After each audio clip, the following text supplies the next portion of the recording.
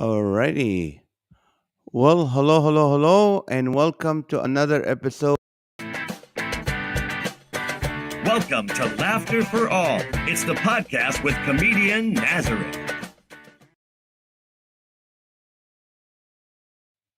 Well, hello, and welcome to another episode of the Laughter for All podcast. I am Comedian Nazareth, and thank you so much for joining me. I know you probably missed me the last two Tuesdays, and last Tuesday was my birthday, so the family said you can't do a show on Tuesday because we're gonna take you to dinner in LA. So we had a great time with the kids. I had a wonderful date with my wife the whole day, just hanging out, and we went to a place in Anaheim, California. It's a Yemeni food. If you don't know where Yemen is, it's like south of Saudi Arabia, which is where Esau in the Bible in the Old Testament was living.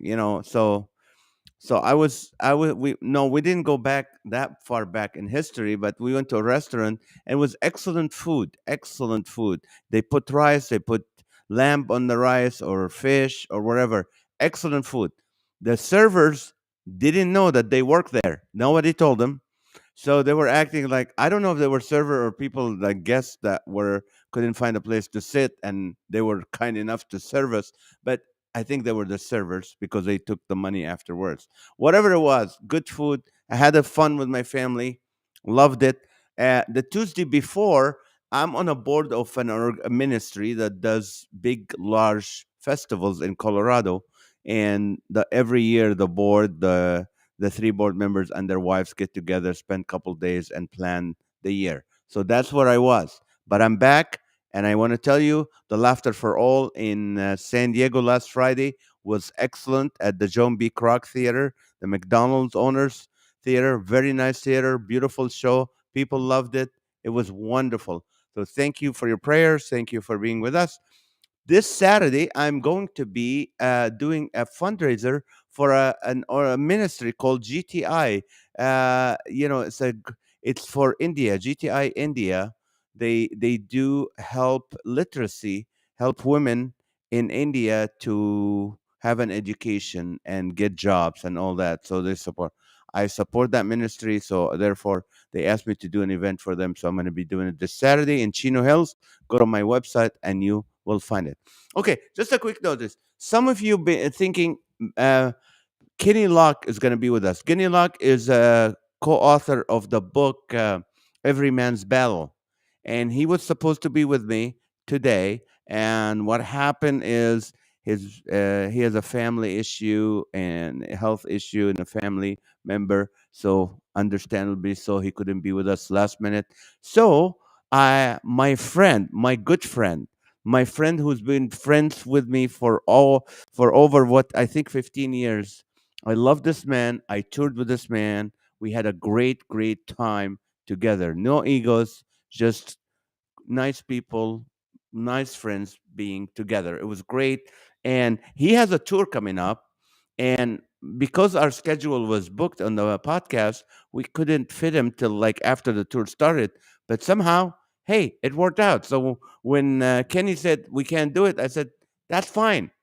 I know the guy. So I called my friend Bob Alper, Rabbi Bob Alper, this morning, and he said he's willing to do it. So he's here. It's going to be great. He's a rabbi, but he's also, I'm going to tell you about him. He's the world's only practicing clergyman doing stand up comedy intentionally. So he's a rabbi, but he's a stand up comedian. Now, I haven't seen him doing his rabbi work, but I'll tell you, he's a great comedian. So there's a reason why Sirius XM radio they play him every day, every day. I would love to know how much the check that comes his way every few months because I get played, but not every day, and I get a good check. So the Rabbi comedian draws tremendous media attention, and among others, has been seen on the Early Show, the Today Show, Good Morning America, Showtime, the BBC, CNN, and was featured on Extra. So Bob resides in rural Vermont. When please don't say anything bad about Vermont because he thinks it's the most beautiful state in the country, and we don't want to ruin that for him. With his wife Sherry, a psychotherapist professionally, he makes people laugh while she helps people cry. Please welcome my good friend, Rabbi Bob Alper. Hello, Bob. Hi, Naz. Oh, Nice to see you. it's It's a been a while, pleasure. huh? It's been a long, long time. Yes, yes, Listen, I want to, if I yes. may, I'd like to start by telling a story about Uh-oh. you. Go ahead. Okay, clear this with you, but I want to tell a story about Okay. you.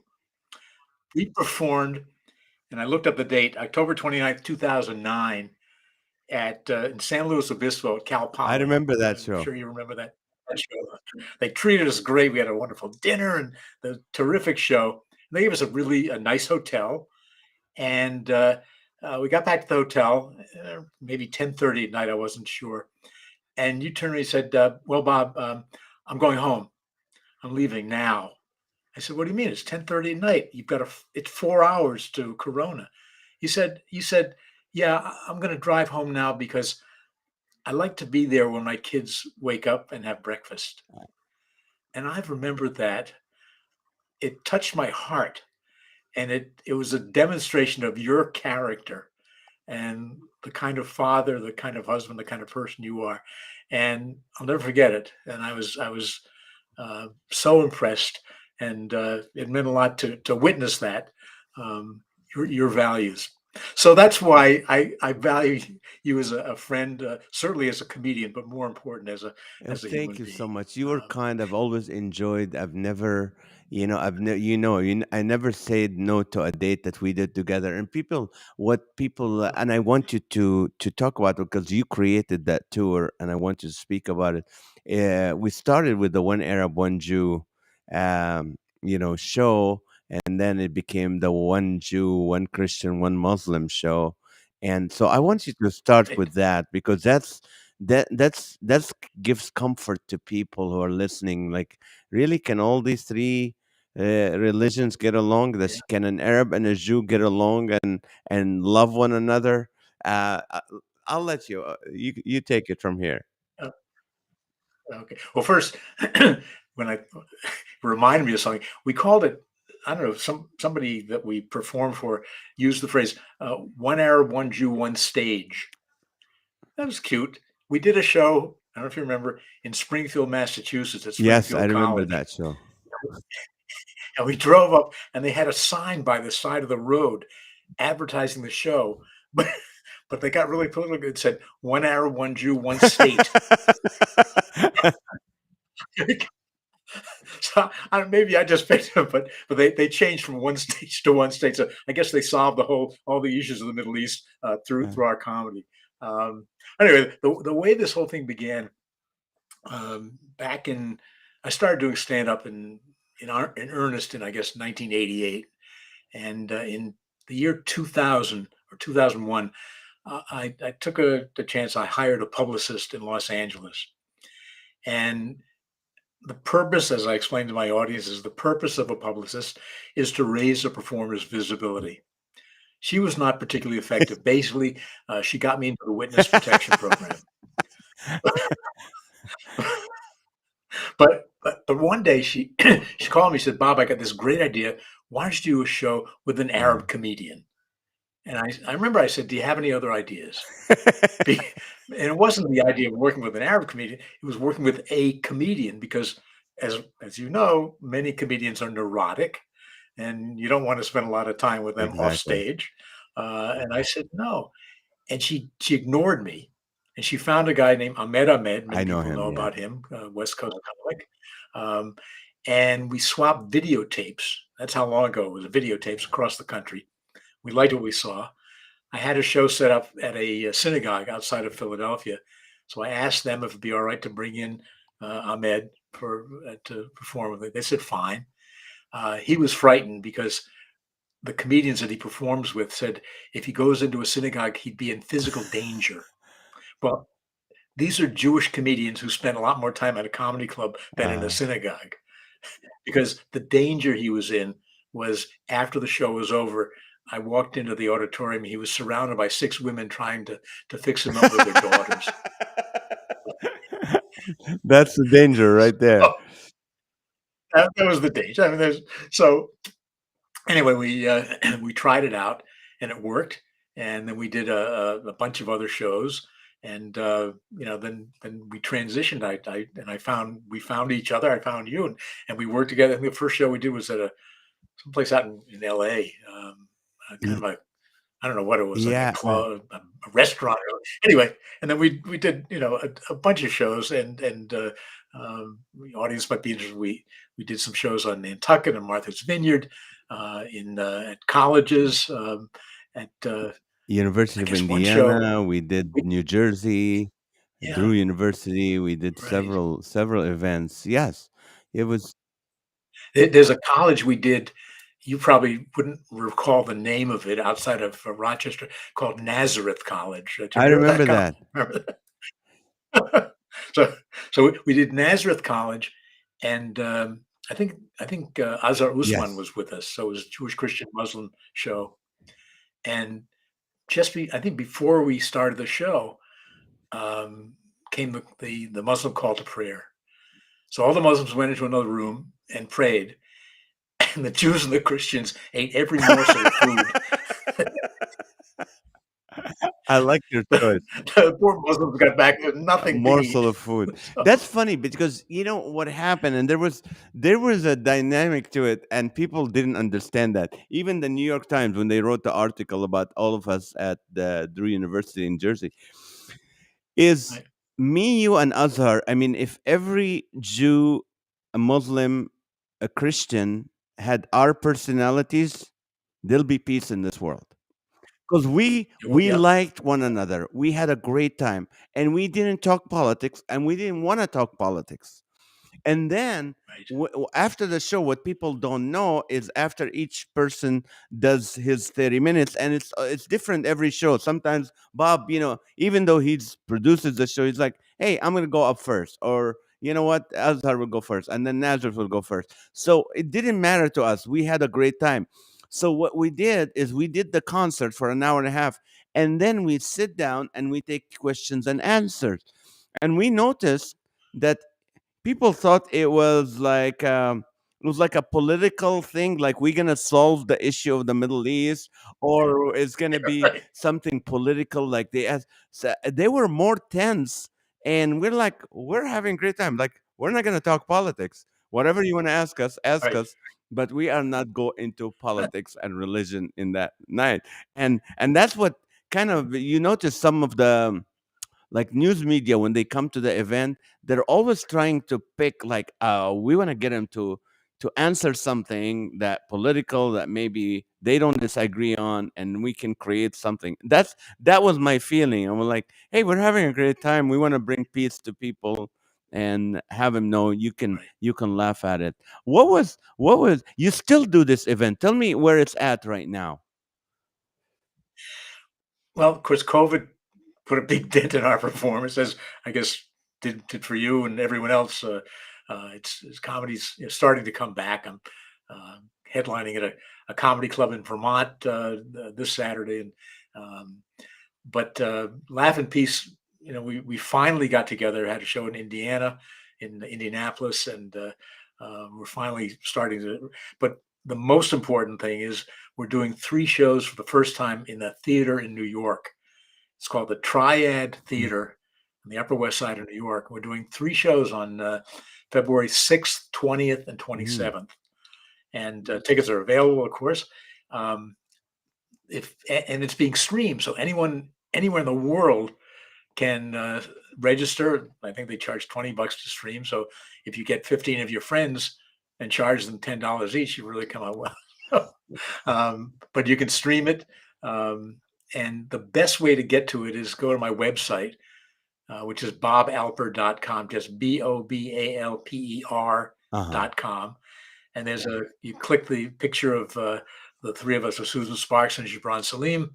It'll take you to a page where you can buy tickets or go to the link that helps you stream Now, the is this shows. show in New And York by the way, I itself, tell in the people New York in the city itself? it's in Wow, Manhattan. that's Yeah, a right big in Manhattan. show. That's awesome. Yeah, Yeah. And we're very we'll excited. we'll repeat that at the end of the show so people can make sure they Okay. get all that. So tell me, Terrific. you're a comedian, but you're a Princeton graduate. And what? Tell me about your childhood. Where were you born? What was your upbringing like? Just tell us. Sure. I was born in Providence, and I say Providence without saying Rhode Island. Whenever I say Providence, people always say Rhode Island. Like, is there any other? Do you ever hear of Providence, Louisiana? No, there's only one Providence. So anyway, that's where I was born. Um, my parents were active in the Reform Synagogue, the liberal synagogue in town. Um, when I was a kid, the word we used for our rear end was not butt or fanny. We called it a tutu, which might have been just our word. But I can recall when I was very small, a babysitter came. She said, "Does anyone want to go to the park?" One kid said, "I want to go too." And I can remember saying, "I want to go too." Now, people might think that's not so funny, but I remember thinking at that moment, I am one hysterical toddler. And So you knew right when you were little. I'm funny. Okay. comedy is good. It's and throughout high school, I was the editor of the high school paper, put out the first April Fool's edition. In Jewish youth group, we used to have meetings, regional meetings, and we'd have a talent night. And I always memorized Bob Newhart and Shelley Berman routines. And I live for the moment when I can get up on stage and do those routines. And I found out that being funny, first of all, it got me elected to offices. And secondly, the girls pay a lot of attention to the funny guy. So Wow. it was really we had I remember one time we had a skit and I played Rabbi Schindler, who was the head of the regional group. He became the president of the Reformed Jewish movement after a while. But he was Rabbi Alex Schindler, a wonderful man, and Uh-huh. his wife's name was Rhea. And I remember sitting there on the stage, and I had a line where I said, "The food situation is dire, Rhea."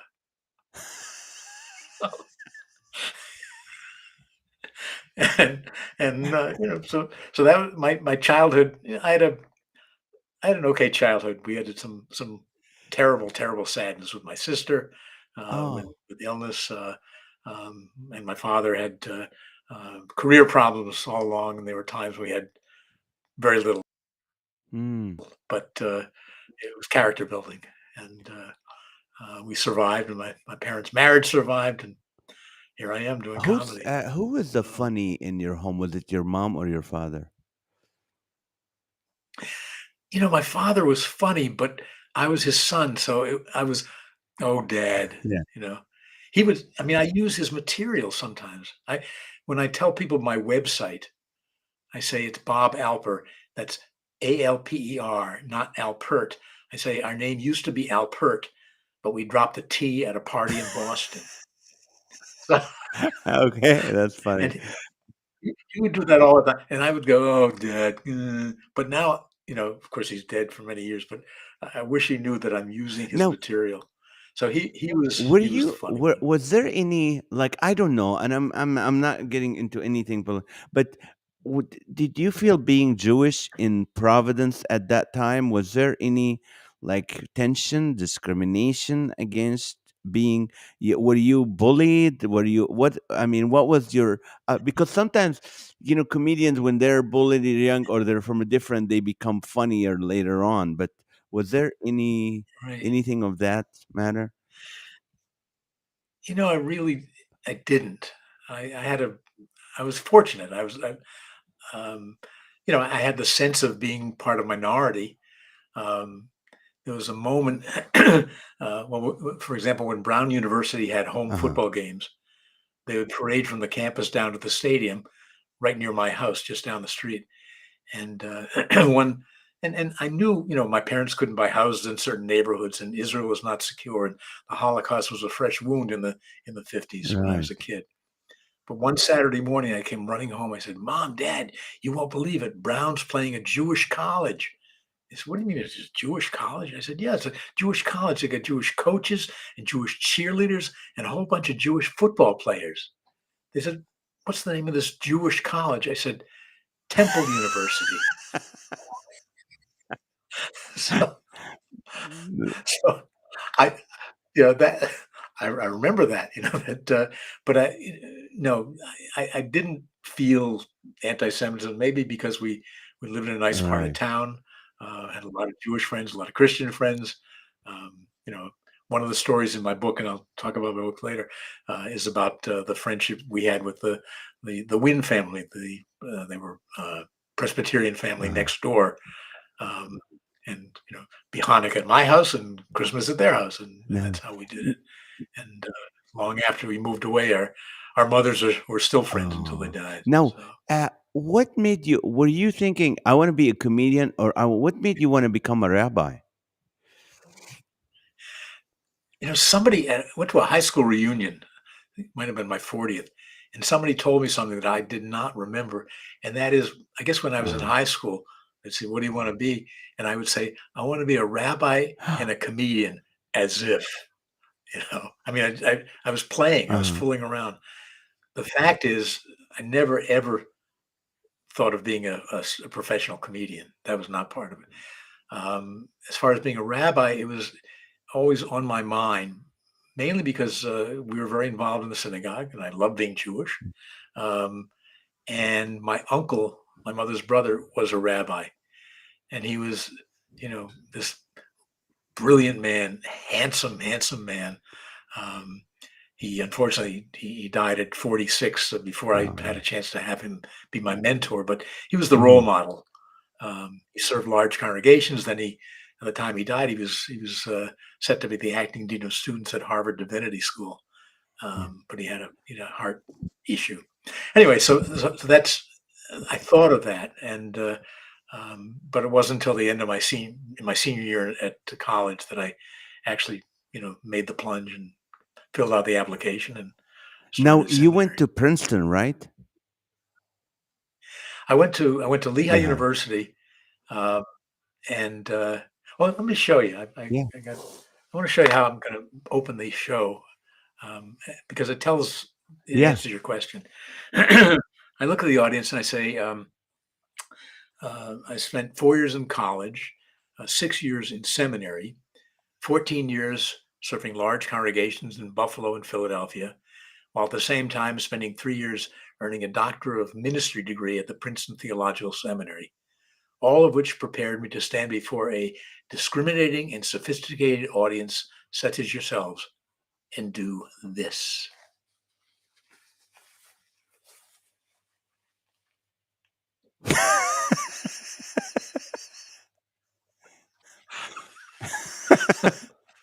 So, so that's the that's the long and the short of it. That was my Okay. background.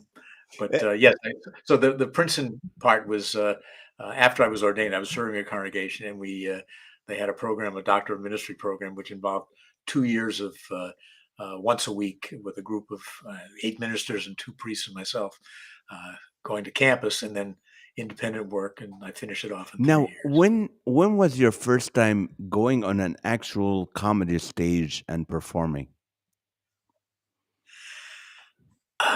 Probably, I guess I was with a couple of friends and we went to a comedy club, and they said, if you get up on stage and tell a joke, you get a little prize. So I did that, and I got to learn what a flashing red light means. You know It what I'm means saying? get off.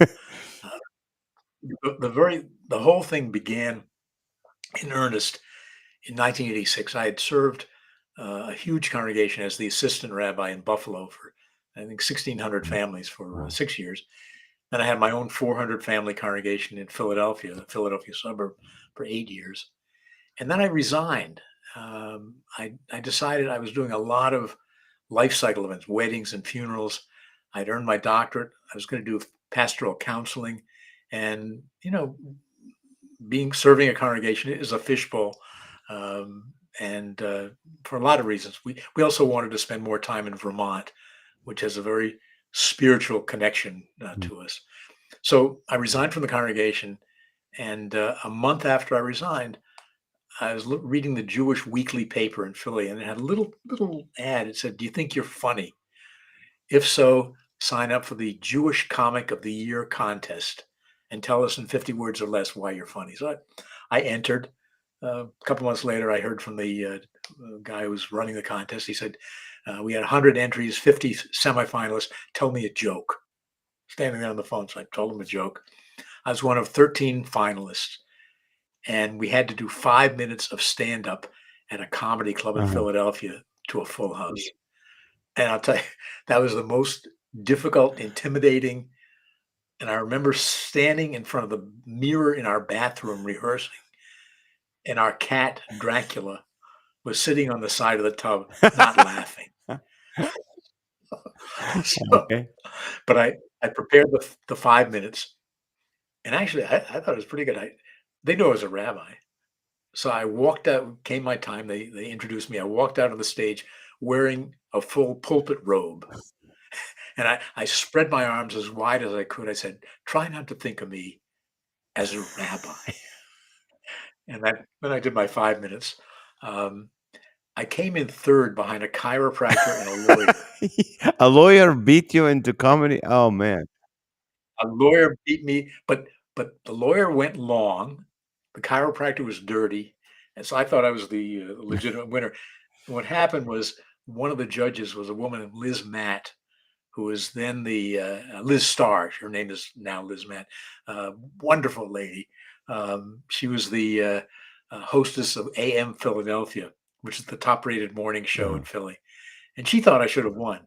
And she had me on her show a few weeks later, even sent a camera crew to film me performing at a comedy club. And that launched Yeah. everything. And from then on, I started doing guest sets at comedy clubs, and I'm sure I know you've been through the same thing, the horrible moments, the red light flashing, the audience where you can hear crickets, and that all happened.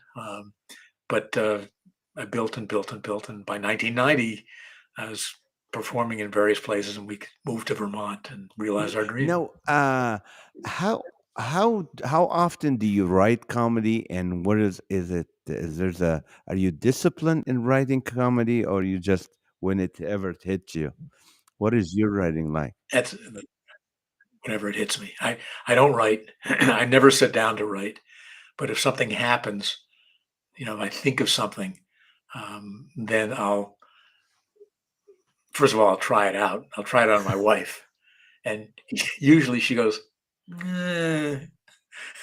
And either I think to myself, okay, I'll drop it, or I'll say, I'm going to make that thing work.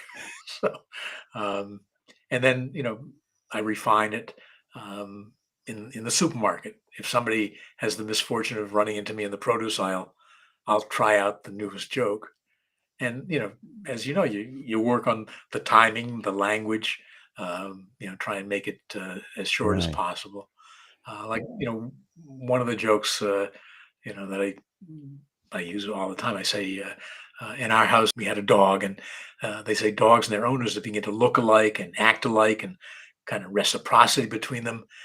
It's kind of strange, but in our house, my dog gives me kisses, and my wife turns around 3 times before she sits. Now you married a psychotherapist, right? Yeah, yeah, What is that like living in a home where? What does your arguments look like?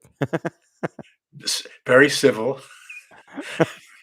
Yeah, I know. Well, the good thing is I know I can't win. Okay, yeah, you can't. So so but she is very funny, and she's enormously creative. She's a poet. She's a writer. Mm. She's a terribly, terribly effective. I shouldn't say terribly. She's enormously effective psychotherapist. She's retired now, but now now her psychotherapy is she'll see an old patient. And I say, Sherry, I'd love to buy you a cup of coffee. So, Okay, that so means they for want a two free dollars and session. 46 cents, they get an hour of therapy, which she's more than willing to do. Um, Oh man. she, I mean, here's a typical line of Sherry. We're in New York at a huge fireworks display. Might have been July 4th. Thousands of people around us. And she turned to me. She said, "The difference between an event like this in New York and back home in our little town in Vermont," she says, "here in New York, 7 people don't come up to me to tell me how they're doing. And in Vermont, Yeah, I mean, she's well known and has a lot of clients.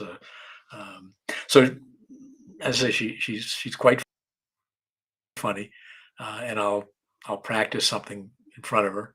Um, one of the one of I hate to say my best jokes, but it was a good joke. Um, the way it worked, we were going down to Cape Uh-huh. Cod.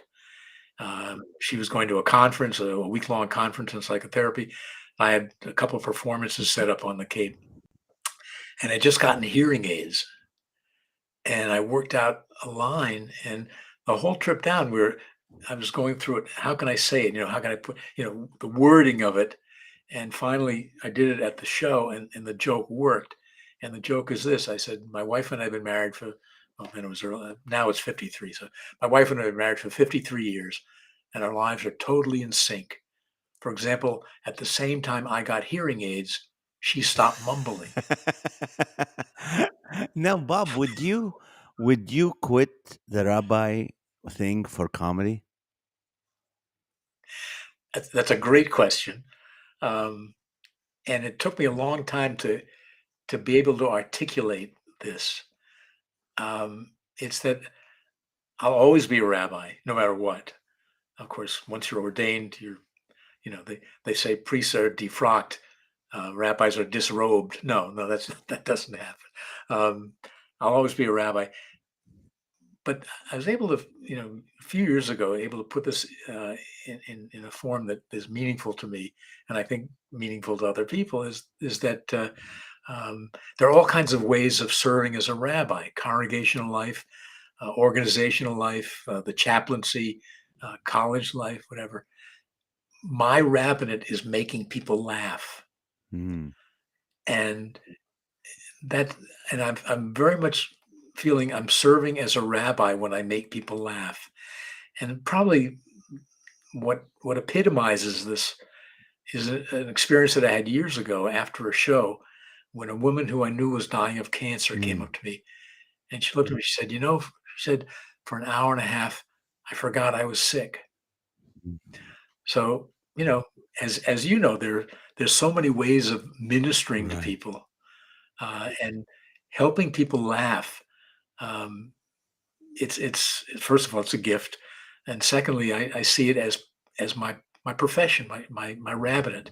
And there's even a story in the Mm, Talmud that it says Elijah the prophet and a friend were in a marketplace, and they looked across and they saw two men on the other side. And Elijah said to his friend, "You see those two people over there?" He said, "Yes." He said, they have a share in the world to come.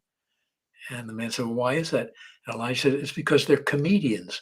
When people are sad, they make them smile. When people are angry with each other, they bring peace between them." mm. So, you know, just like those men, Wow. that's my rabbinate. It's Now, making I want people to laugh. ask you a question and get back to the topic. Chris Rossetti is asking, has your guest ever worked with comedian Tommy Moore in Philadelphia? Tommy Moore. Oh, no, no, but I You know know him him? very well. I mean, I knew him very well. He's a wonderful guy.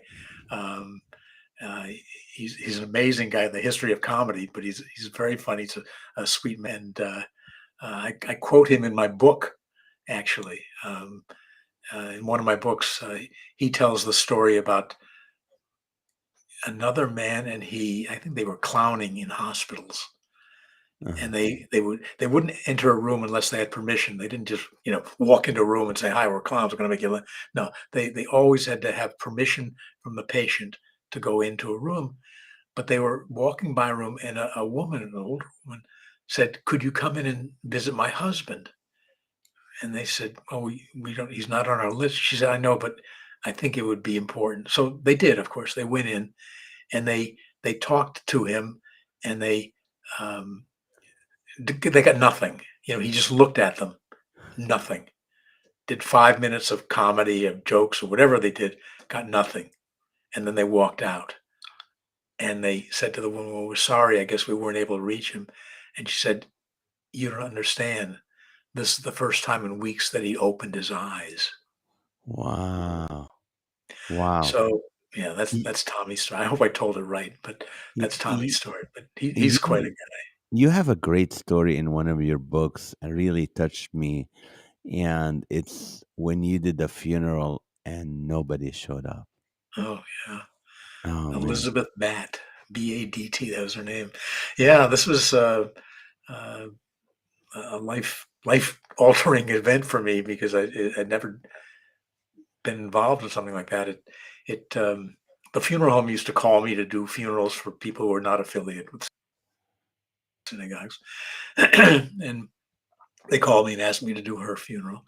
I said, well, could you give me the contact information so I can speak with the family? They said, there's no family. I said, well, somebody who reported their death, there's no one. It turns out one of the funeral directors, a low guy on the totem pole. He was not one of the owners or directors. He was a director, but he was a low lower caste guy. He was assigned, and he actually went to her apartment a couple times over a period of 10 years to make funeral arrangements. And what she wanted was to have a funeral and service at the funeral home, and casket and flowers, and then she wanted to be buried next to her mother in the cemetery. And I got to the funeral home, and nobody came. There's Oh, nobody. And so I did a little service. The funeral director was sitting in the family room, which looked out on the chapel. And I just did, and then this pathetic little procession of the hearse and my car drove out to the cemetery. When we got there, the cemetery personnel carried the casket, and they said, I guess they said, we'll wait for the others. And we said, there are no others. mm, And so I did an interment service, and the uh, the men, the grave diggers, who usually went behind someplace away and would have a cigarette, they stayed there to lend a oh, presence. Uh, and then when it was over, I walked away and I looked back, and this portly funeral director was standing by the casket, and he squatted down, which was no easy feat for a man of his heft.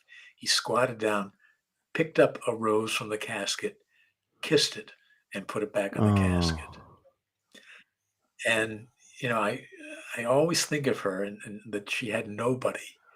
Um, the postscript to this is there's a very, very well known TV guy named David Milch. I think he was Northern Exposure and a yeah. few other NYPD Blue. David Milch. Well, David's mother, his name was Mike Milch, Michelle, I guess, but her name was.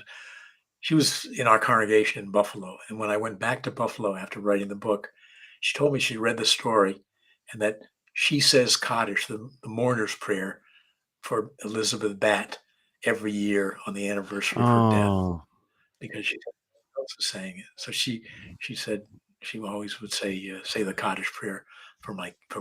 Elizabeth Let Batt. me ask a question by James Blind, who's a morning host for the Fish Radio in Oregon, and a good friend. He said, having first heard you on XM Radio, how was your comedy journey enhanced by the national exposure on satellite radio?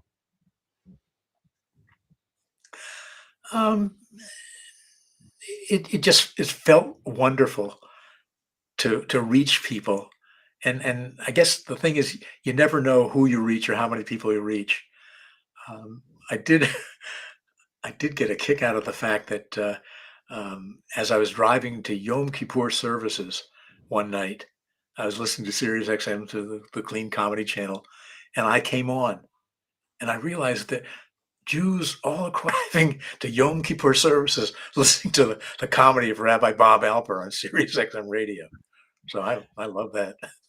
Good. Now, as a rabbi, I mean, a lot of people, probably have a lot of Christians and people other who've never been to a synagogue before. What is the service like on a? You do the service on a Saturday, right, or a Friday night? Both. Both. The Jewish Sabbath starts on at sundown on Friday Uh and huh. continues to sundown on Saturday. Um, and by the way, it ends with a service on Saturday at sundown called the Havdalah, which means separation, where you Ah. separate the holy from the profane. Profane doesn't mean terrible, dirty; it means ordinary. And Uh huh. it's a beautiful ceremony where at the very end you you light a candle, drink some wine, and smell the sweet spices, all of which remind you of the beauty of the Sabbath.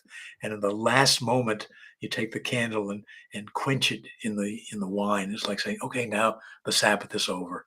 And Nice. we bid a fond, reluctant farewell to the Sabbath.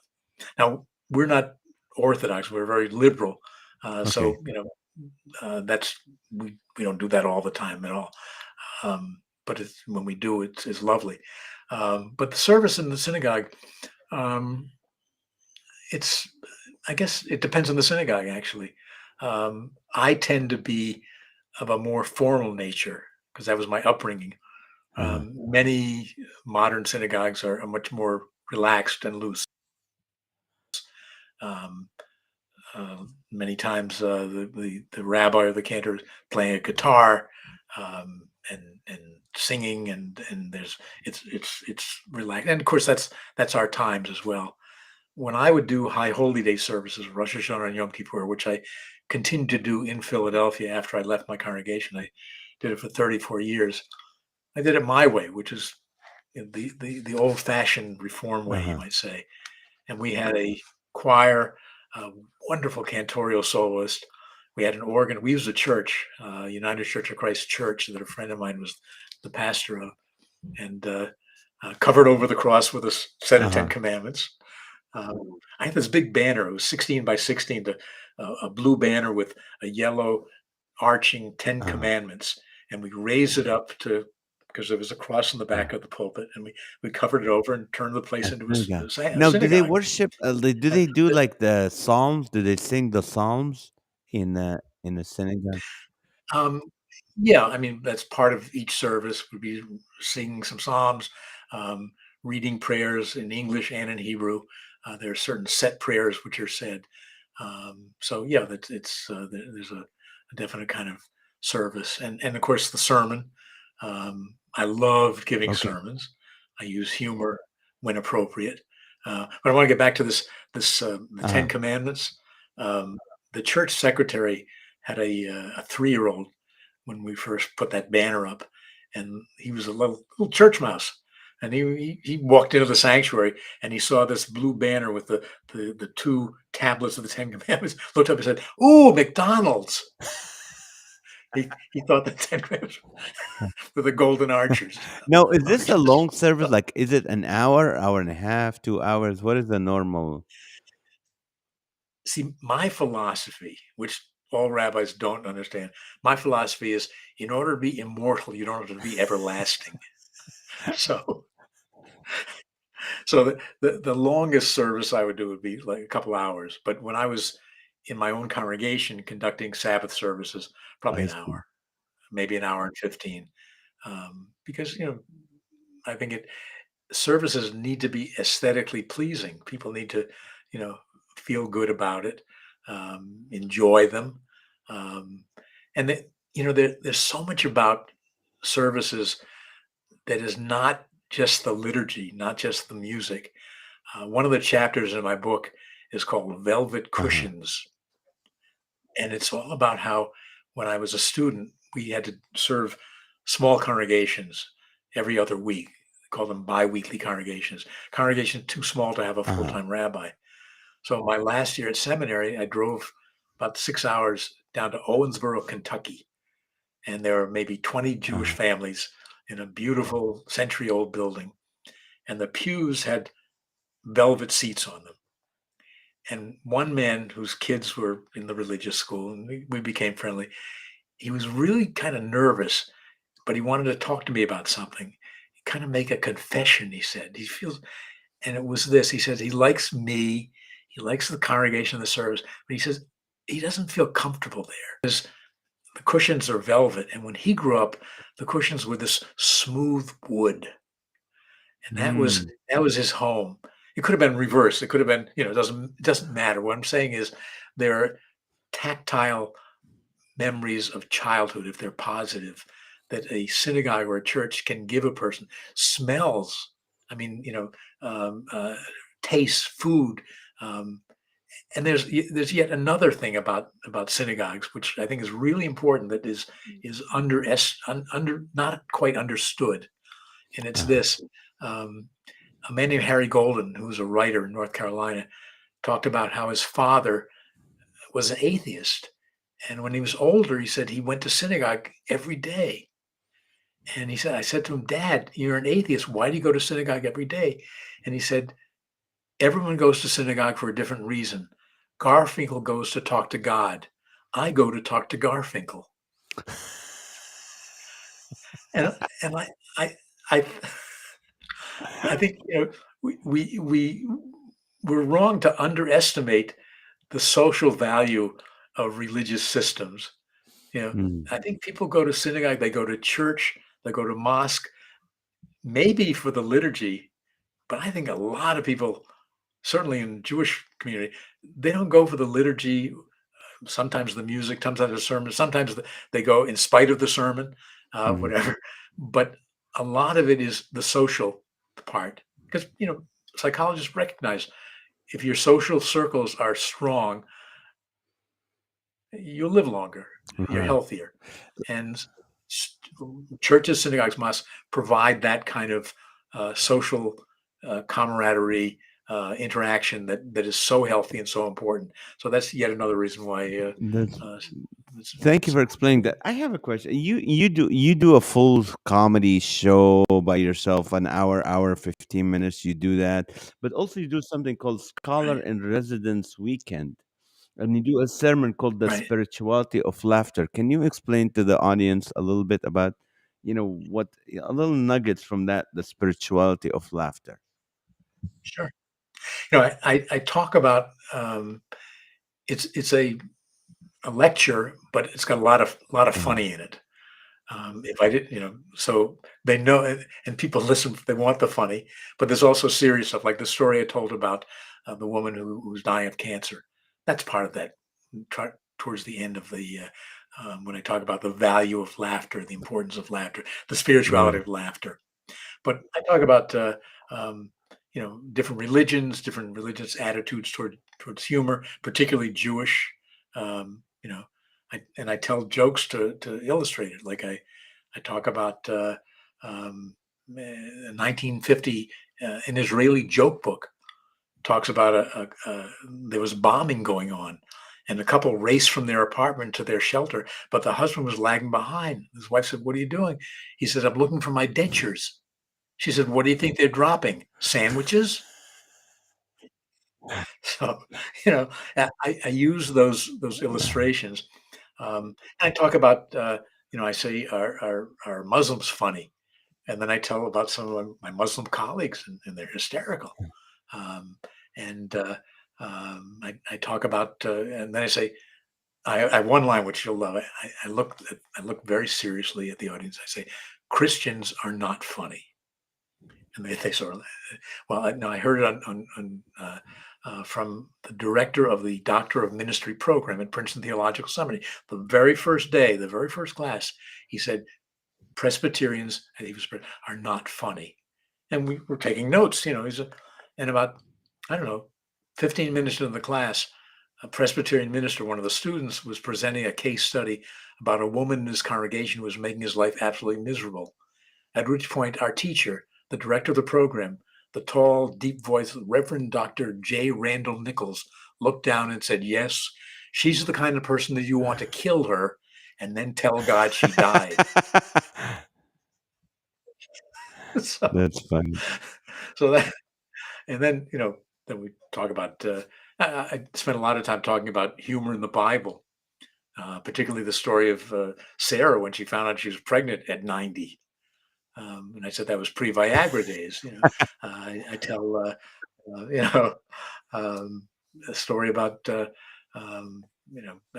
Purim story, the Book of Uh-huh. Esther, which is a very popular story among Jews. The story of Esther and how she saved the Yeah. Jewish people. But what people don't know is part of the Book of Esther is it's a comedy. There's a scene where the king the king's advisor Haman Yes. wanted to Yes. kill all the Jews. And That was the Mordecai plan. was the. And Esther, she was the queen. She said, "This is what's going to happen," and she pushed.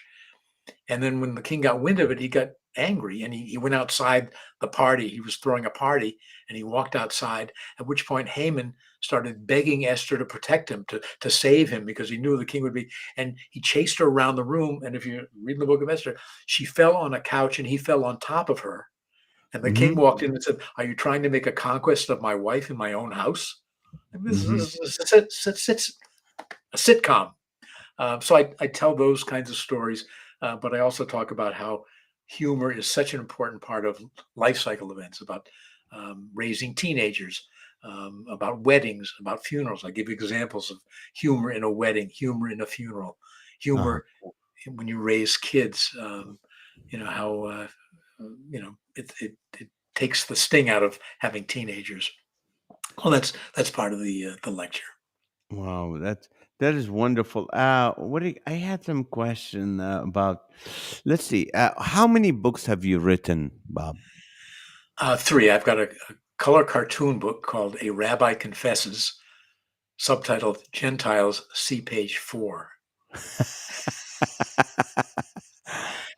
On page 4 is a letter from Reverend Richard Ringenwald, who was the minister of the Congregational Church in our town here in Vermont, saying he guarantees that Gentiles will understand 97% of the cartoons in this book. Okay, that's good. And then I've written two serious books. And the way this happens is interesting. I was doing a show in Detroit, and I called the religion writer for the Detroit Free Press, a guy named David Crum. And I'm a rabbi and a comedian, and great story. And he said, "Do you have a book?" I said, "No." He said, "Well, when you have a book, call me." Huh. So a few years later, I had a book, and I actually, the reason I wrote a book was, as a comedian, we get a lot of approval, we get applause, we get laughter, and I looked at my life and I said, "What's missing?" And I realized what was missing was rejection. Mm. So why not try and write a book? And I got rejected by agents, and then I got an agent, good one, and then I got rejected by publishers, and then we got a good publisher. Um, my first publisher was Liguri, which is the largest Catholic publisher in the country. Wow. And the editor who selected my manuscript was a woman who worked with a man named Bishop Fulton J. Sheen, who was a Catholic priest who was popular among people of all faiths. He had a television show, I guess in the 50s, early 60s. And she Uh-huh. thought my material was similarly crossover. So book did very, very well.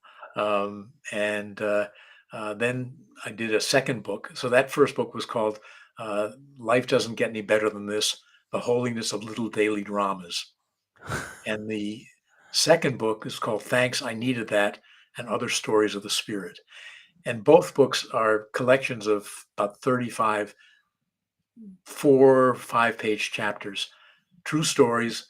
There's a little bit of humor, but mostly they're very inspirational.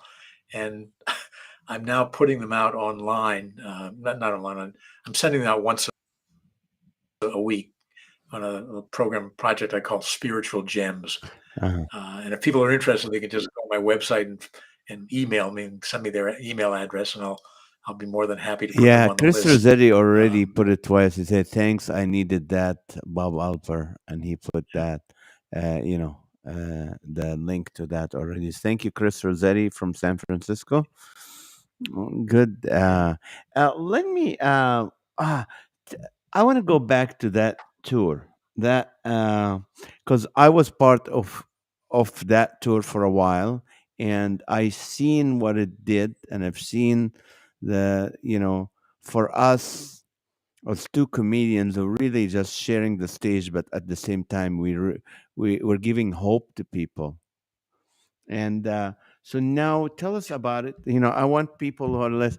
Actually, what happened earlier, and if you notice, I'm using my older computer system because my new computer just the screen crashed. So Apple is fixing it. So what happened is normally we have like 300 people on the podcast, and it was like 4 or 5 people for a while. I'm wondering what happened, and then it just jumped to 75. So I don't know if it opened up or anything, but I want my our big thing is when it goes audio is when the thousands of people will listen to it.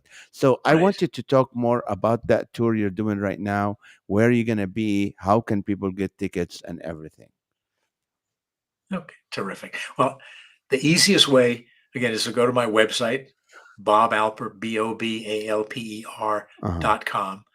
And there's a whole picture of the Laugh and Peace tour, Laugh and Peace shows that we're doing in New York, with the dates, the time, and then a link that where people can either buy tickets to sit there and hopefully they'll come to the live show if they're in New York, or see it streamed. And this will be with a comedian named Gibran Hmm. Salim, who's a wonderful, Where's very, he very funny from? man, Where is he Pakistan. from? He- he's from Virginia, North Oh, Carolina, but his family, his parents, are from from Pakistan. Pakistan. Okay. Uh, that's his background. Yep.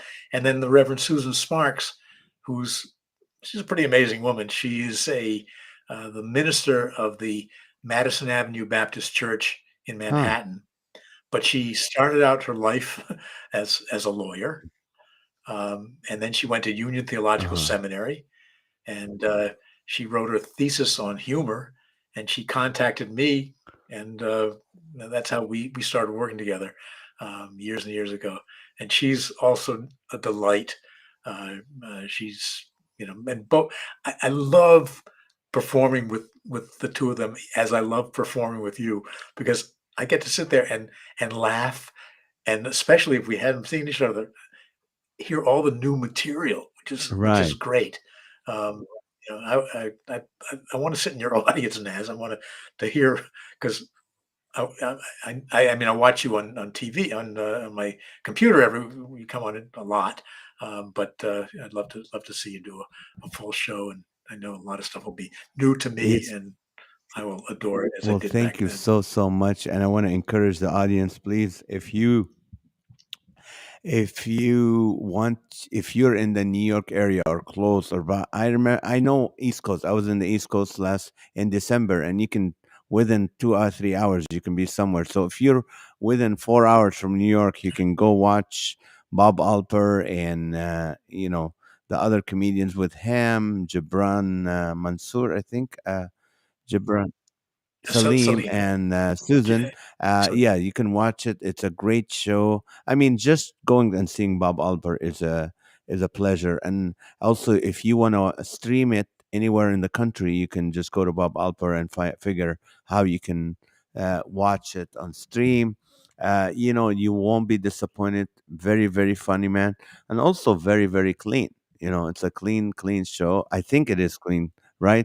I know you're clean. You're absolutely, oh absolutely yeah, clean, but is the it's other comedians clean? Totally clean. So totally, it's a yeah, clean yeah, show. yeah. We say it's a show appropriate for children 11 and older. Perfect. Um, yeah. Under that, no, we don't want them. Keep them out of it because they don't understand. But kids 11 and older, Right, they get it, right. and And it's also wonderful. get his books, get his just go to, if you are on Sirius Radio, Sirius FM. I mean, you gotta enjoy. He's almost every day. You're gonna hear Bob Alper. So just go find where he is and just follow him. Welcome, Tommy Moore. What is that? Chris Rossetti saying, "Welcome, Tommy Moore." Uh, Okay. yeah. Well, just want to thank you guys for watching. Next week, I'm going to have comedian Carlos Oscar. He's going to be with us. We're going to have a great time. So until then, I just want to encourage you to just laugh some more. It is healing. It is spiritual. If you're Jewish and you live in the East Coast, you need to find out where Rabbi Bob is doing his sermons and go watch him because it's going to be funny and spiritual. So, Bob, thank you so much. Oh, thank you. This is wonderful. I Me love being too. with I you, love your friend. and If you ever in Southern California, please let me know. I'd love to have you over. absolutely, All right. I love absolutely, you. we got to do a show Thank you together. so much. Okay, All thanks. right. Okay, guys. Thank you so much for watching. And the live with Naz. We used to do it every single night when COVID was there, so we had nothing to do. Then life got busy and touring and all that. So I don't know when I'm gonna be next with you guys on live with Naz, but we will let you know. And when we do, we're on Facebook under Comedian Nazareth. Also, this Saturday, there's still some tickets left to go to the uh, Chino Health. Is called GTI Hope. Go to my website. You can find it. It's this Saturday, and you can enjoy a comedy show. I'll do a full show. My friend, Michael Rayner, will be there too. They're gonna have the In and Out truck there. So, okay, go to GTI Hope and get your free meal. So you have to register so they know how many are coming, and you can get free In and Out and watch a comedy show. Hey, you can't beat that. Is and also help literacy in India, help the women in to help them get an education. So good cause. Love you guys. Thank you for watching, and we'll see you next time. Good night.